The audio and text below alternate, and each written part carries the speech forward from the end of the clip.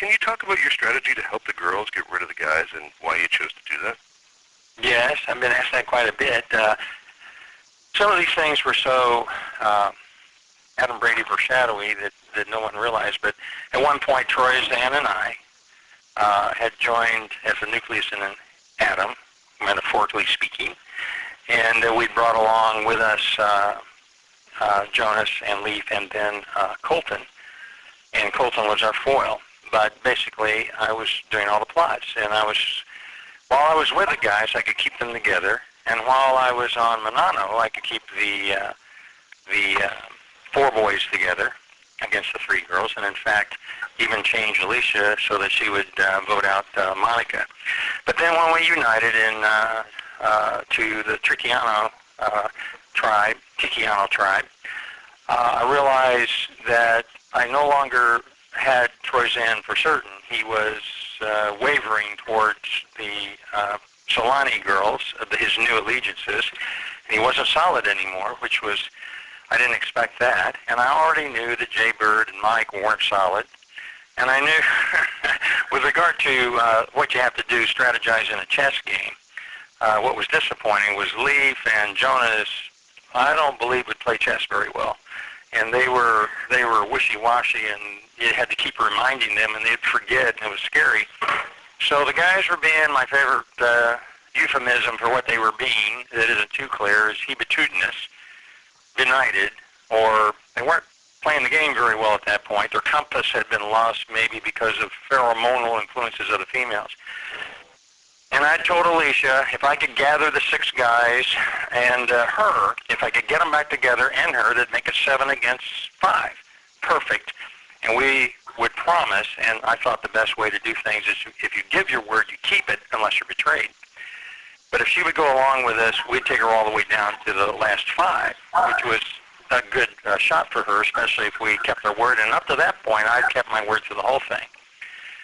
When, in a sense, I was betrayed by the boys in that I couldn't get them together, I had to go back to Alicia, and the other part of our agreement was, listen, if I can't promise you a coterie of guys, 6 guys, plus you, which is the only way that it would be efficacious for you to keep with us, then I'm going to join you. I'm going to ingratiate myself for the first time to the girls and help get rid of the guys, because that was, if you think about it from the complexity of the game, I like to say it was an 18-tier chess game with 18 brains playing.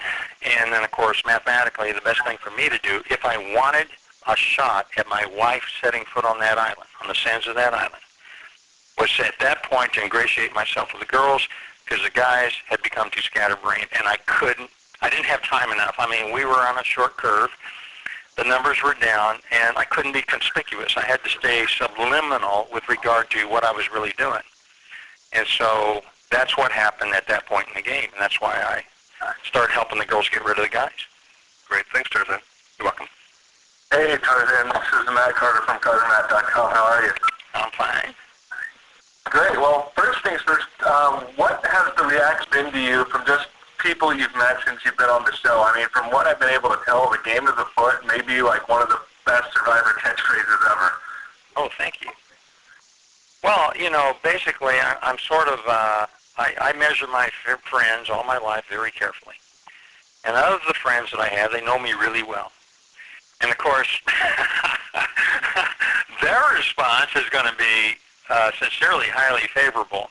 But I understand that, you know, they have to edit the show. There's 42 minutes. And a number of the things, you know, my little chicken trap caught 6 chickens. I devised that trap. I got no credit. I'm the guy that saved the pig, but who gets credit? Tim gets credit for saving the pig. I made a comb for the girls. All I get is chastised for it, and it looks like that I'm hungry and chewing on bamboo, but I'm making the fibers of the comb soft.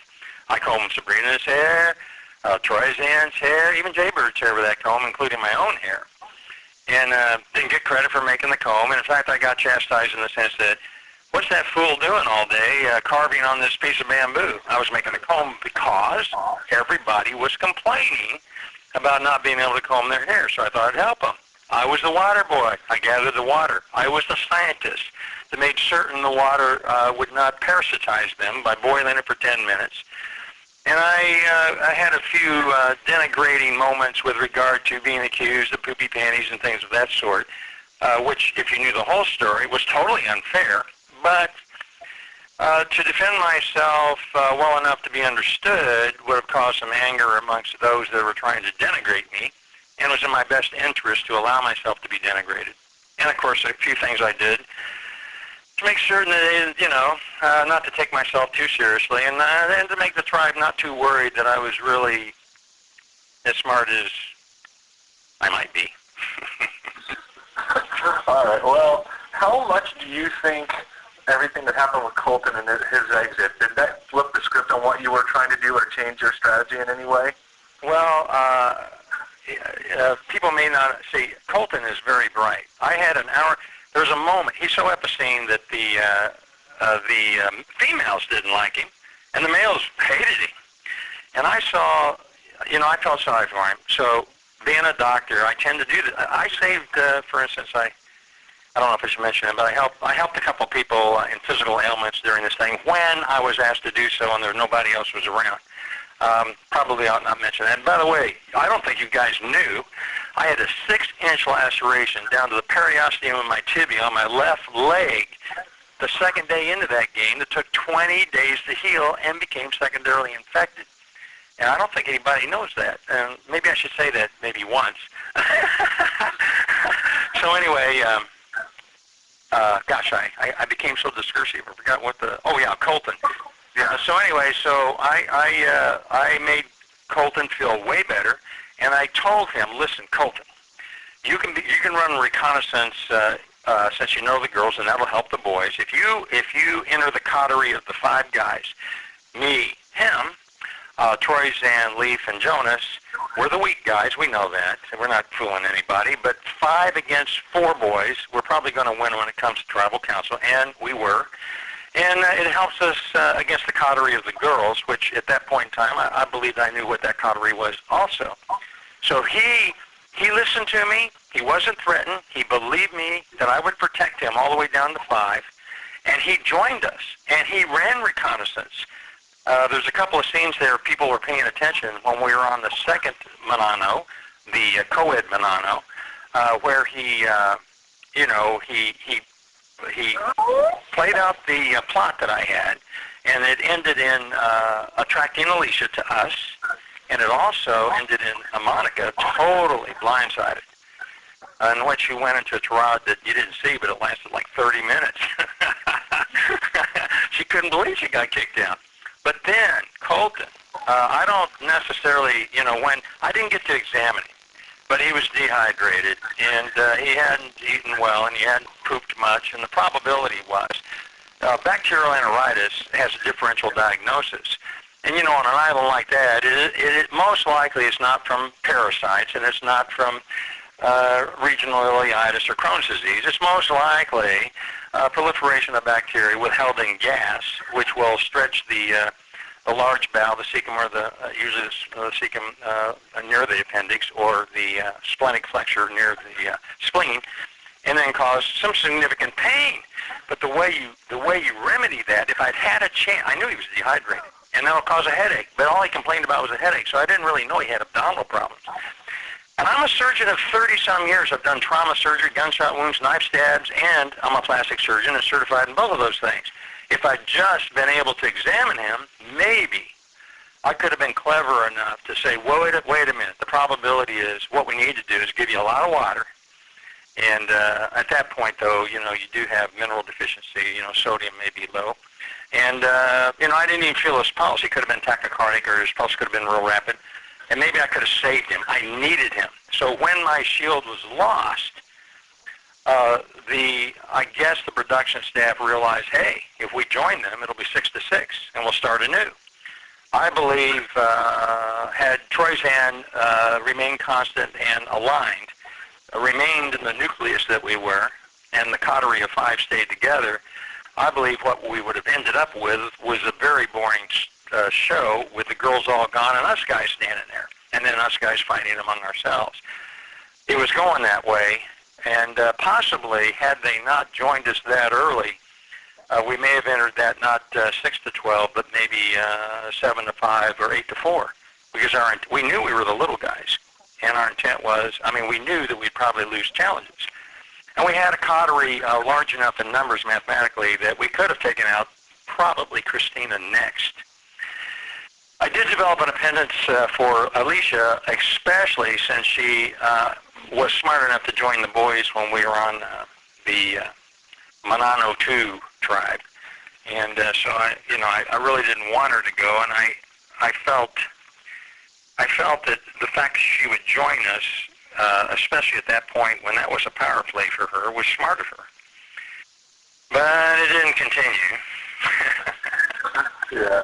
All right. Well, thank you so much, Tarzan. You're welcome. Hey, Tarzan. This is Tom Chantilly with Examiner.com. How you doing? Fine. Cool. Last night at Tribal Council, approached, kind of prodded you into saying that you felt, misunderstood a lot by people. Describe that feeling. Like, what about you? Do you ever watch, one of my favorite programs? My wife's big favorite program, too, is Big Bang Theory. Mm-hmm. Uh-huh. You know who Sheldon is? Yeah. Okay. If you say something too far above a person's head, like I know thermodynamics, and I was trying to tell them how to build their shelter so we'd stay warmer, because every night was boreal. We woke up with chills, and I wanted to regulate the heat a bit better when we built our new facility. And no one understood what I was saying. So what did we do? We ended up building something you'd build on a different environment, like on some island that wasn't cold. Yeah, sure, or in the jungle, sure, but not on this island. We were freezing to death at night, and which was odd because I didn't think, subequatorial, that it wouldn't be that cold, but it was enough to wake up with shivers. So when I said that, no one understood. I made a chicken trap. No one understood, and it caught 6 chickens. Okay? No one helped me with it. No one thought it was foolish, and yet I knew how to do it, and it caught 6 chickens. And nobody even know. I didn't get credit for that. And I think by hand they caught 4 chickens, but my trap caught 6 chickens. I had to make a rain barrier that nobody would help me with because they didn't understand it because they hadn't been rained on yet. I spent the whole day making that, and it wasn't easy, and I hadn't eaten in days. They watched me make it, and by the time I finished making it, now I understand what Tarzan's doing. This went on over, it happened again and again and again. You'd think somebody would think, would be interested. Insects, I'm an amateur entomologist. I caught a Orsites rhinoceros beetle, a coconut beetle. Instead of really appreciating the beauty of some of God's creatures, I could see some of them thought it was weird.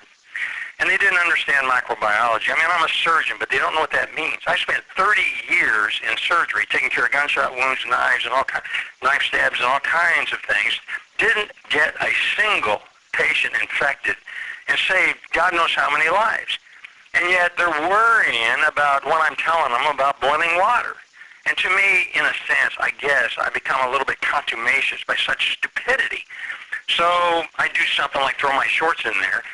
But, in my heart, I knew no matter what I said, it'd go over their heads. No matter what I said. And not only that, I was usurped in that particular scene in the sense that I'd already boiled that water for all of us. And you know how hard it was for us to get drinking water. I was the guy that carried the water to the camp because I was a doctor, and they trusted me to boil it so there wouldn't be any parasites in it, which we absolutely had to do. But to clean our clothes in boiling water because of proliferation of fungus after so many days, we shouldn't waste our water for drinking because, if you get too dehydrated, it even causes kidney failure, renal failure. And so I was the guy boiling the water for the group, and I'd already washed my clothes. And so Chelsea beats me to throwing it in there. What, did she want us to boil, I don't know, I think there were 10 people there at that time. 10 pots of water? That means all of us would go thirsty because there wouldn't be any water. There was a finite amount of water that we could use each day if we boiled it. And I was the guy carrying it. It was 2 blocks away to get there and 2 blocks to come back. So, her usurping this boiling water that I had prepared, and then knowing the cameras were filming this, she tried to denigrate me, and she succeeded. And then Sabrina helped her. She said I had poopy drawers. I had a stain on my pants. That was what I said it was. I just washed my pants, but there was a intractable stain from the soot of the fire, which we had to lay around. And by the way, Sabrina had the same mark on her bikini when she accused me. And the reality is I hadn't even pooped yet.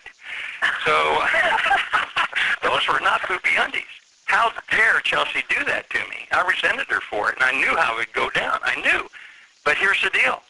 I'm not stupid. I knew if I argued about it too vociferously, it'd make everybody mad, and maybe I'd get voted off at next tribal council. So I said a few things like, aren't you going to tend the fire? And I walked off.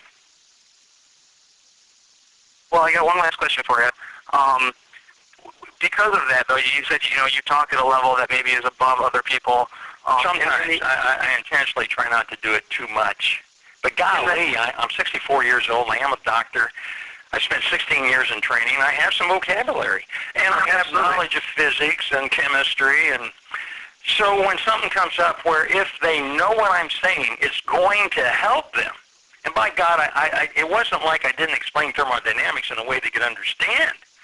I mean, okay, so I started out talking about it at a higher level, but I dropped it down to the level that they needed to understand. And how difficult is it to understand a chicken trap?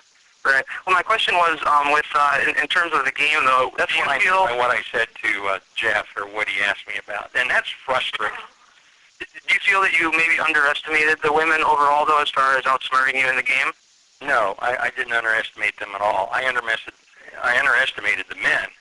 If the men had been smarter, it wasn't a matter of smart or dumb. It was a matter of men being influenced, I guess, by their youth and their pheromones.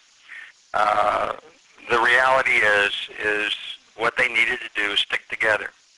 The reality is when, in a sense, I was betrayed when we became Tikiano, and it was 6-6. If they had just realized the rationale of what I was trying to get them to do, it would have gone a different way. But once you lose the queen in a chess game, if it occurs too early, almost any chess player realizes they're in deep doo-doo. Deep feces. And at that point, it's a murdiferous situation. It's a poopy situation. And at that point, I thought, I'm going to have to ingratiate myself with the women because the guys are being not wise. And if I want to last long enough for my wife to make it to that island, I'm going to help them get rid of the guys and keep my promise. And, one of the things I did do was keep all my promises. When I told them I was going to keep my promise, I kept my promise. And I would have kept my promise with the guys if at that point they realized they should rejoin as a coterie once again with Alicia. Well, it was great watching you, Tarzan. Best of luck to you. Thanks. Hey, Tarzan, it's Jody from the Main Edge. I just have a few questions for you. First one, you were the last remaining man in the game. Why do you think the women kept you around as long as they did? Well, I would like to think it was because of my acumen with regard to female nature. And I do understand women. I mean, all my life, I've cared more about women than men, and I've always wanted to make women the best they can possibly be. I love women in a avuncular way. I love them in the sense that I want them to be the best they can possibly be, and that's why I became a plastic surgeon, because at least I can affect the physical aspects of their body, which does, in a world that's primarily sexually dimorphic, help them significantly if they have a good plastic surgeon. And so that's what I would hope was the reason, but the real reason was I do think they sensed the sincerity and they empathized with the romantic idea of being able to embrace my wife on the sands of Samoa. And I think maybe that may not have been, maybe they didn't think that deep, but maybe it was part of it, and they decided, I hoped and I thought, and I still think, that they said, you know what, we've thrashed all the guys, there's only one guy left, let's let Tarzan see his wife. And so I think if that's true, and it may not be, but I believe so. I'd rather believe romantically that it was. And they let me embrace my wife, and I totally appreciated that. That they did that for me, and I think they maybe knocked out. See, I should have gone next, but they took out Kat, and again, I thought maybe it has to do. It may have been strategy, and I had played the game well enough, I believe, that they thought I was a fool, and they thought I was no threat. Which, if you've watched 1,000 Survivors, you realize, hey, amazingly, the fools and the no-threats last the longest. And so I kind of played that game. Mm-hmm. And Sabrina played the game. She's pretty smart. She played that. I don't think she won anything either. She won food all the time, which I did not, because she was in with the girls. But I don't think she won a single event. And yet she wasn't thought of as much as a threat, other than they knew she was clever. And she certainly was a thorn in my side every opportunity. She tried to make me look bad enough that it would influence the females negatively, and I was aware of that, and I tried to, keep it at bay. So Tarzan, that leads me to my next question. What was the most frustrating part about playing the game? Well, I had a couple of disappointments. I had kept my allegiance to Alicia ever since the Manano 2 tribe, and she even said that I had been like a father to her, and she'd been like a daughter, and I truly, truly liked her, and I truly, truly thought that she deserved to go as far as humanly possible. And so I was in her court, but as you saw, Kim lied to her, and I think Sabrina lied to her. And, Alicia knew that in order to fake the team members you don't want to last, you have to say similar things that you say to the team members that you want to last. The difference is, to the people you want to last ought to trust you enough to know that you mean what you say to them. You're just trying to fake the other ones out. And I like this. Kim said that told Alicia she's going to be Tarzan, as though I had some deep plot to get rid of Alicia. And Kim had done the same thing when she told Tarzan that that Jaybird was after him to get him out, which was also a lie. Mm-hmm. And, at that stage, I would not, Alicia, if I'd been sitting there with Kim and she was telling me Alicia was trying to get me out, and I'd been with Alicia all those days, and I'd kept my word all those days, which is confirmed at Tribal Council. That's when you find out if somebody's lying or not. Because we know most of who voted for what, and that's why in the beginning I asked what the other two votes were. I wanted to, record, be cognizant of all the votes, so I could know who lied and who didn't, so I could know who to trust and not. And if I'd been sitting with Kim and she was laughing and saying you're going to have Alicia, I would have laughed with her and pretended like, yeah, you're right, and then I'd go straight back to Alicia and say, you know what Kim just said to me? And I'd ask Alicia, is that true, Alicia? And then she said, no, it's not true. We're doing it the way I said we were going to do it. Having been with her all those days and trusted her and she trusted me, I would have expected her, like I would have, to say, it's Kim that's playing me. It's Sabrina that's playing me. It's not you that's playing me. But you know what? She was faked out, and I was hurt by that. I was hurt by that. And I was hurt by Tarzan. We're still friends, Tarzan and I are real good friends. But I was hurt by Tarzan falling prey to the so-called Solani allegiance. If he had not done that in the middle of the game, he was the queen of the game. If I use the metaphor of a chess game, mm-hmm. In a sense, my queen fell, and then that left me more vulnerable. But if he'd stuck with us, probably, we had made Jaybird and Mike see the light on several occasions because numbers were such that he had to. Okay, one last question. At 64, did you learn anything new about yourself in Survivor? Not at all. I know myself really well.